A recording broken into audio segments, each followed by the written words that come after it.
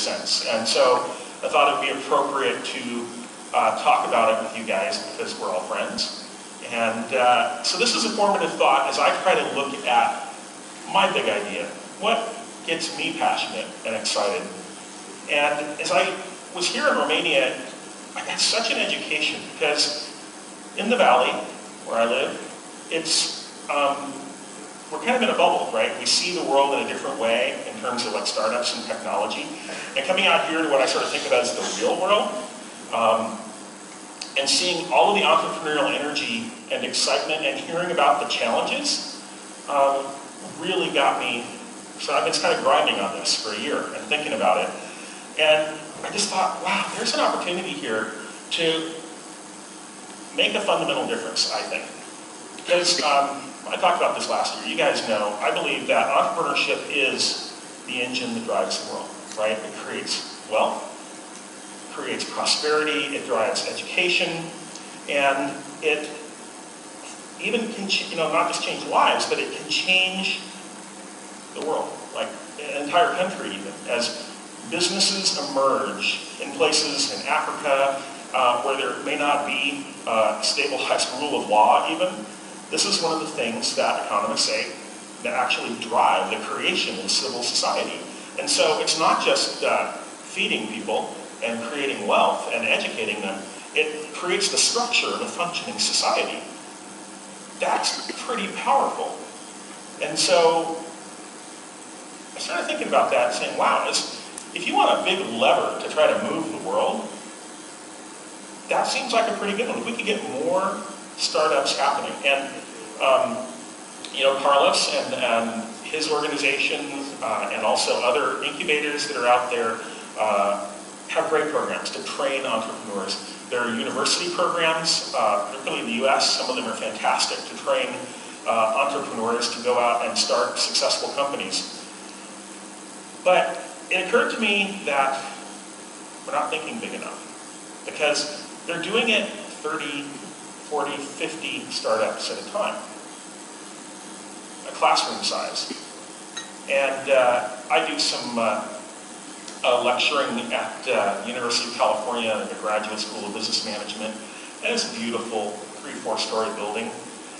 And the other day I was standing in front of it talking to a guy that runs it, and I said, this building isn't big enough. And he said, well, why? And to me, the fundamental thing is that if we really want to drive change, we can't do it 20 or 30 at a time. I started wondering why do we do it 20 or 30 at a time? Well, that's what we can conveniently teach to people one-on-one. And because that sort of scarce resource of teaching people and funding people, we create this huge funnel, input funnel of small companies that, or startup ideas.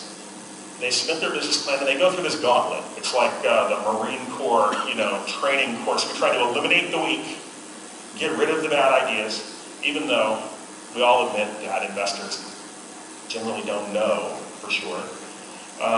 But they try to narrow down to the cream of the crop because they only have so many seats. There's only 30 seats in our program, things like Y Combinator, Techstars. Great education, where else are you going to get to have dinner with Mark Zuckerberg?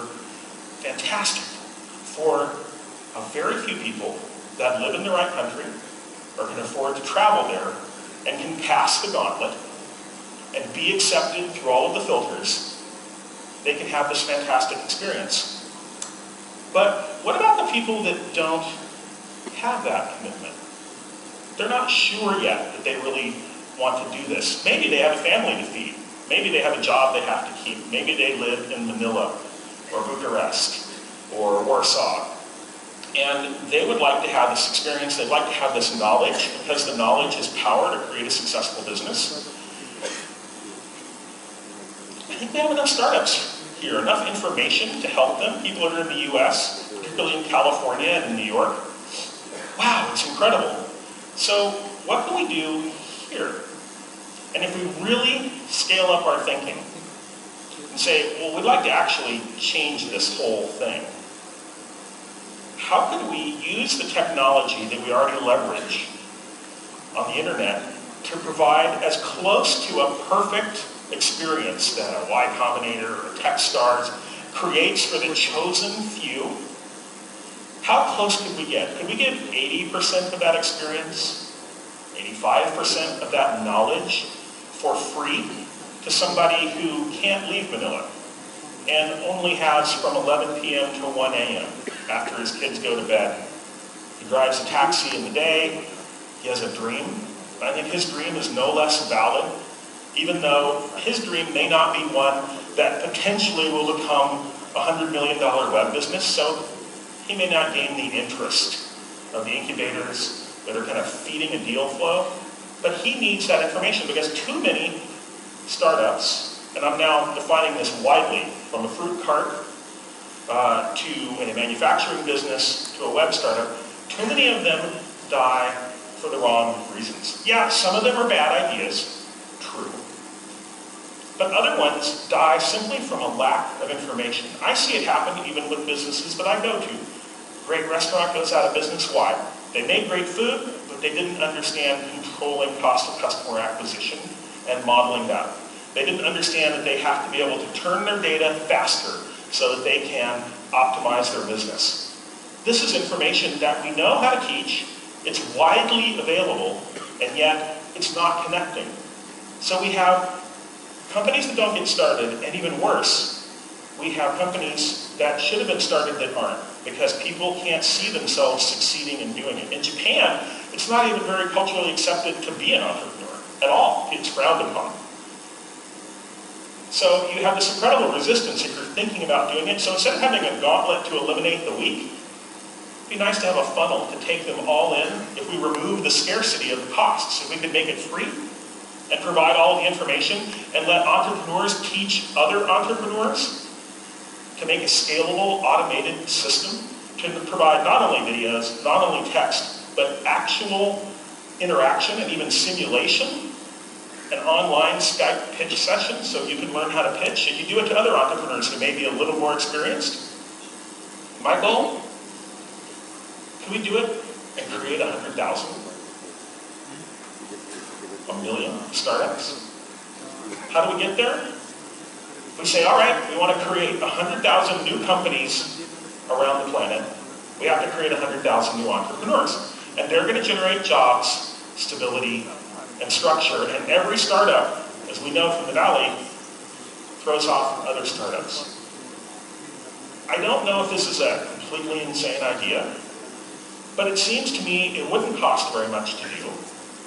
And we can make it available for free or nearly free to everybody that wants the information. Yeah, some of them will bail out, they won't make it through the program, but instead of us deciding they're not good enough, let's educate them and let them decide. Instead of saying, well, you know, unless you're willing to get on an airplane and come to California and put your entire life at risk, you don't have the commitment it takes to be one of our entrepreneurs. I don't want to do that. I want to make it easy. I want to give them instant gratification. And I want to encourage them at every step. I want to provide positive feedback at every step, because we all know there's enough negative feedback for everyone that has a dream. I think it's what I'd like to do. So, you guys have any ideas about how to do it? I'd love to talk to you. So, thanks for listening.